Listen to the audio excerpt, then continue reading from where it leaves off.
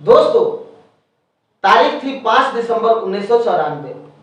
IAS जी कृष्णया की हत्या हुई। 2007 में लोअर कोर्ट द्वारा फांसी की सजा हुई। 2008 में माननीय उच्च न्यायालय ने फांसी की सजा को कम करके उम्र कैद में बदल दिया। 2012 में सुप्रीम कोर्ट में सजा को कम करने की अपील की गई और 10 अप्रैल 2023 को बिहार के जेल मैनुअल में बदलाव हुआ और 27 अप्रैल 2023 4:30 बजे सुबह आनंद मोहन की बिहार के सहरसा जेल से रिहाई हुई। नमस्कार दोस्तों, एक बार फिर से आपका स्वागत है हमारे Hindi news channel news 555 days में। दोस्तों, ऐसा तो बिहार हमेशा से वर्चस्व और बाहुबल की धरती रही है। बहुत सारे बाहुबली साम्राज्यों का उदय भी हुआ और बहुत सारे बाहुबली साम्राज्य समय के साथ साथ अस्त हो गए।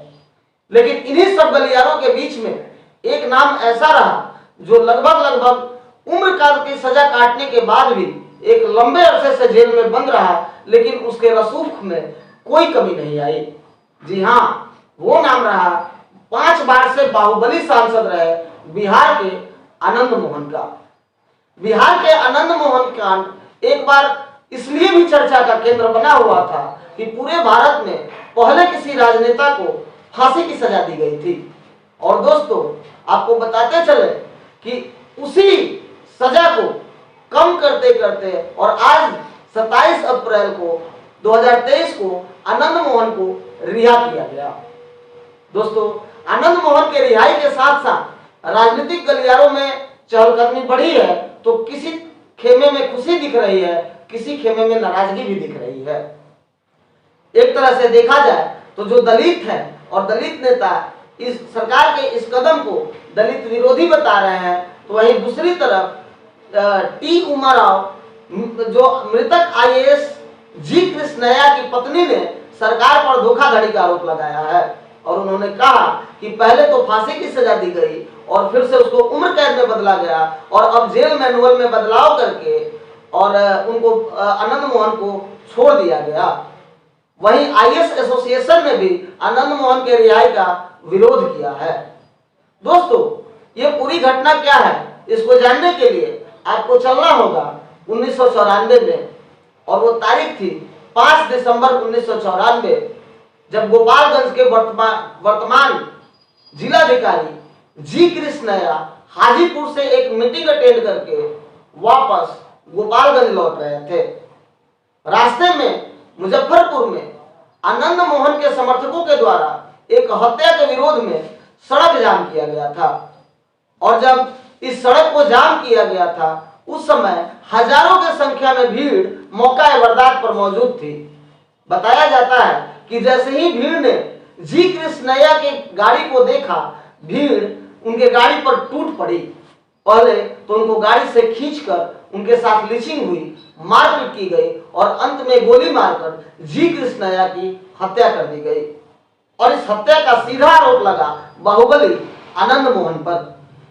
दोस्तों, इसके बाद कोर्ट में सुनवाई होने के बाद आनंद मोहन को इस घटना में दोषी करार दिया गया और 2007 में लोअर कोर्ट से उनको फांसी की सजा दी गई, जिसके बाद आनंद मोहन के परिवार ने हाई कोर्ट में उनके सजा को कम करने की अपील की और सजा को, फांसी की सजा को माननीय हाई कोर्ट ने उम्र कैद में परिवर्तित कर दिया और जिसके बाद आनंद मोहन पूरी उम्र कैद की सजा काटने के बाद भी कुछ एक जेल मैनुअल में कुछ एक ऐसे अनुच्छेद होने के कारण उनको रिहा नहीं किया जा सका था।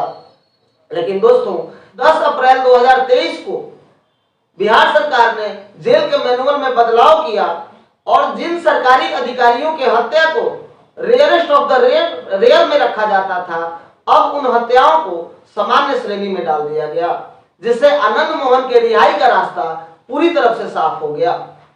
दोस्तों, आपको बताते चले कि आनंद मोहन के रिहाई का बहुत सारे लोगों ने खुलकर विरोध भी किया है, तो बहुत सारे लोगों ने स्वागत भी किया है। आइए हम दोनों पक्षों को आपके पास बताते हैं। एक तरफ दलित आनंद मोहन को दलित विरोधी मानते हैं, वही आनंद मोहन ने रिहाई के पहले ही मीडिया के सामने साफ कर दिया है कि हम न तो किसी जात पात के नेता हैं और न ही किसी सामाजिक वर्ग के नेता हैं। हम पूरी तरह से सभी वर्गों को साथ लेके चलने में विश्वास रखते हैं और किसी भी तरह से दलित विरोधी रवैया नहीं रखते हैं। दूसरी तरफ आईएएस जी कृष्णैया की पत्नी टी उमा राव ने कहा है कि ये हमारे पति के हत्यारों को जो बिहार सरकार ने छोड़ा है, ये हमारे साथ अन्याय है।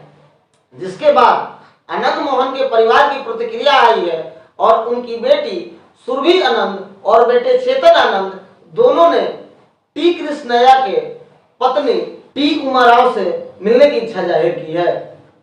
सुरभि आनंद ने बताया है कि बहुत जल्द हम आईएएस जी कृष्णैया के परिवार से मिलेंगे और उनको बताएंगे कि भले ही आनंद मोहन को इस केस में सजा हुई हो, जी कृष्णैया के हत्या के मामले में सजा हुई हो, लेकिन आनंद मोहन कहीं से भी इस हत्या में दोषी नहीं थे और इसके लिए आनंद मोहन का पूरा परिवार जी कृष्णैया के घर जाकर उनकी पत्नी टी उमा राव से मिलेगा।